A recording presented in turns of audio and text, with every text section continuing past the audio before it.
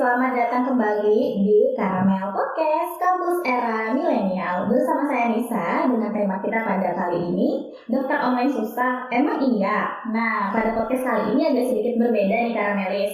Karena Nisa kedatangan narasumber yaitu Mas Denny Rudiana Aprizal Eskom yang merupakan Kasubdit Direktorat Sistem Informasi Universitas Terbuka. Halo, apa kabar Mas Denny? Alhamdulillah baik.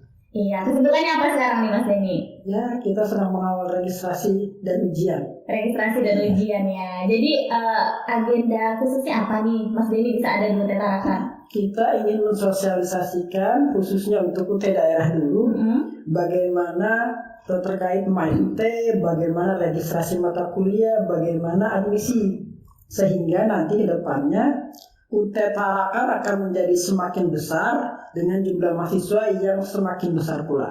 Yang semakin bertambah tentunya ya. Nah Mas Denny, jadi hari ini tuh kita pengen bincang-bincang nih dengan tema tadi yang sudah saya sebutkan, yaitu daftar online emang susah. Karena di luar sana tuh desas-desusnya daftar online itu susah tuh Mas. Nah UT sebagai kampus digital ya, kita kan menggadang-gadangkan kalau UT ini kampus digital. Tentunya UT memberikan layanan untuk memudahkan mahasiswa ya Mas Denny. Kira-kira bisa dijelaskan nggak ke Karamelis di luar sana yang sedang menyaksikan podcast kita nih, kira-kira apa aja sih kefleksibelan yang dimiliki UT untuk mahasiswa itu Mas? Jadi sebetulnya daftar online itu susah atau lama atau bagaimanapun yang stigma yang ada di masyarakat harusnya sudah berubah dengan sekarang sudah masifnya online, sudah masifnya banyak sekali media sosial. Kemudian jadi UT juga harus bertransformasi sebetulnya. Sehingga kita dari pusat akan melakukan transformasi digital khususnya di bidang registrasi, bidang admisi sehingga memudahkan calon mahasiswa sebetulnya. Mahasiswa untuk meregistrasikan. Contoh fleksibelnya adalah kita sudah mendesain sedemikian rupa untuk aplikasi bisa lebih fleksibel. Contohnya mahasiswa mendaftar, kemudian yang diisi adalah yang data pribadi terlebih dahulu. Jadi nggak tiba-tiba harus mengisi yang lain, tetapi isi dulu data pribadi yang dimiliki oleh calon mahasiswa. Misalnya nama, tanggal lahir, ibu kandung.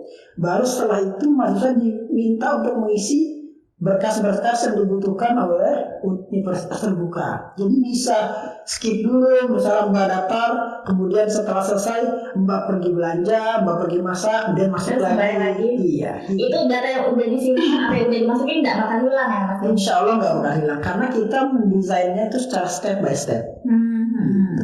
Jadi lebih memudahkan lah ya, tentunya tidak meribetkan seperti yang dipikirkan teman-teman di luar sana ya. Kalau daftar online itu susah katanya, mungkin lebih susah jaringannya kali ya maksudnya. Iya betul, tetapi untuk jaringan memang di desa di kota-kota besar juga harus sudah terakomodir. Memang iya, kita juga sedang mengembangkan bagaimana nanti bisa diakses untuk di blind spot. Nah itu kan perlu juga untuk kita explore bagaimana sehingga UT bisa menjangkau yang belum terjangkau. Yang tidak terjangkau. Seperti moto UT ya. Betul. Menjangkau yang tidak terjangkau. Betul. Nah Mas Denny, kalau itu tadi kan aplikasi yang digunakan untuk pendaftaran mahasiswa baru. Betul. Apakah ada juga tersedia layanan aplikasi yang bisa digunakan oleh mahasiswa ongoing gitu untuk proses seperti registrasi mata kuliah, kemudian cek nilai, seperti itu Mas Denny? Itu ada. Jadi kita memang sudah mendesain dari awal bagaimana, karena kita konsepnya adalah perguruan tinggi jarak jauh, maka kita berusaha untuk menghadirkan sebuah kampus online. Artinya sebuah kampus virtual yang benar-benar dimiliki oleh mahasiswa kita. Jadi mahasiswa ingin melihat apapun, ingin berinteraksi apapun ada di website itu. Kita sebut namanya MyUT. MyUT. Iya, jadi kenapa disebut MyUT? Karena agar mahasiswa kita betul-betul rasa memiliki Universitas Terbuka. Jadi di situ kami mendesainnya bersama dengan teman-teman di UT Pusat, dengan beberapa guru besar juga. Jadi sehingga kita memiliki kampus virtual.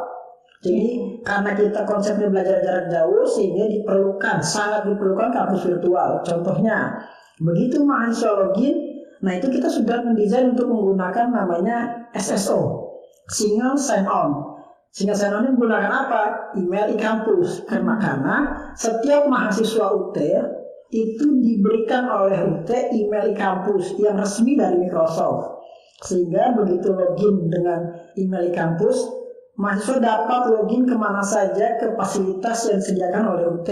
Contohnya nanti bisa masuk ke e-learning. E-learning itu pembelajaran.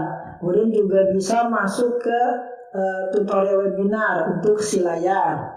Kemudian registrasi mata kuliah untuk take home exam, ujian online-nya. Dan banyak juga akses-akses yang kita berikan, perpustakaan digital, karena UT juga sudah langganan banyak jurnal sehingga dapat membantu mahasiswa kita untuk menemukan makalah-makalah atau paper-paper menggunakan untuk proses pembelajaran. Ya, jadi luar biasa menarik sekali ya Karamelis. Jadi UT sudah memberikan segitu banyaknya fasilitas ya, dan tentunya ada banyak sekali website ataupun aplikasi yang sudah disediakan UT, namun hanya bisa masuk dalam satu kali klik ya, ibaratnya gitu ya. Jadi hanya masuk menggunakan akun e-kampus, maka mahasiswa sudah bisa terhubung atau terkoneksi dengan website-website belajar ya, bahan ajar gitu ya. Nah, ini menarik nih Mas Denny, kalau mahasiswa lama atau ongoing kan pasti paham lah e-kampus itu untuk apa gunanya. Nah, buat Karamelis di luar sana yang baru mendaftar nih ya Mas Denny, mungkin bisa dijelaskan gunanya e-kampus atau akun email yang didapatkan dari UT itu untuk apa aja sih Mas Denny? Oh, banyak sekali. Jadi UT memberikan berbagai manfaat yang sebetulnya bisa dirasakan langsung oleh mahasiswanya baik baru maupun lama. Contohnya, kita memberikan email e-kampus kepada mahasiswa baru maupun lama, di mana mahasiswa punya email pribadi. Artinya tidak lagi menggunakan Gmail dan lain, cukup menggunakan link e-kampus. Kemudian kita juga dari e-kampus itu kita memberikan sebuah penyimpanan virtual sebutannya. Ada juga, cloud itu sebanyak sekitar 1 tera. 1 tera itu bisa kalau dijadiin foto bisa 2.000 sampai 5.000 foto. Nah, itu kan luar biasa. Jadi baik sekali ya. Baik sekali.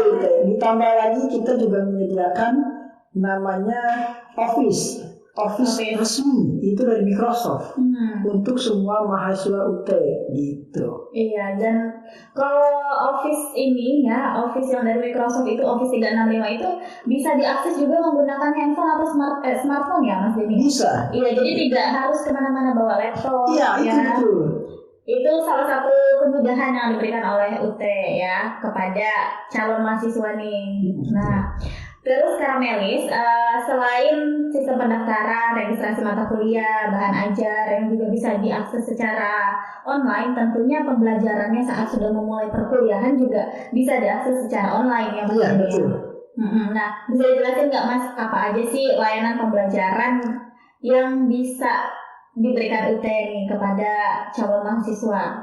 Iya, di UT itu kan ada banyak, ada tutorial online, ada tutorial tatap muka. Jadi yang online ini memang sudah kita desain dari awal. Memang terkenalnya UT adalah sebuah kampus online yang dimulai dari tutorial online. Jadi di zaman sebelum pandemi kita sudah lama menggunakan skema tutorial online, di mana mahasiswa cukup mengikuti pembelajaran, cukup mengikuti kuis-kuis soal-soal dari tutorial online, sehingga mahasiswa dari mana yang bekerja sebagai apapun, kemudian waktunya kurang, bisa menggunakan tutorial online sehingga lebih fleksibel.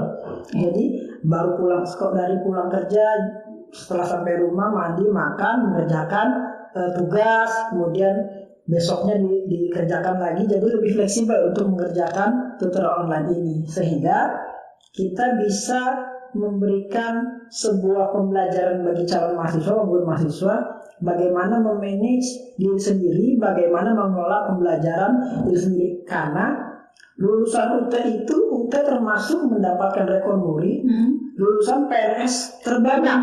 Iya, karena mahasiswa UT sudah terbiasa dengan belajar mandiri. Iya. Gitu.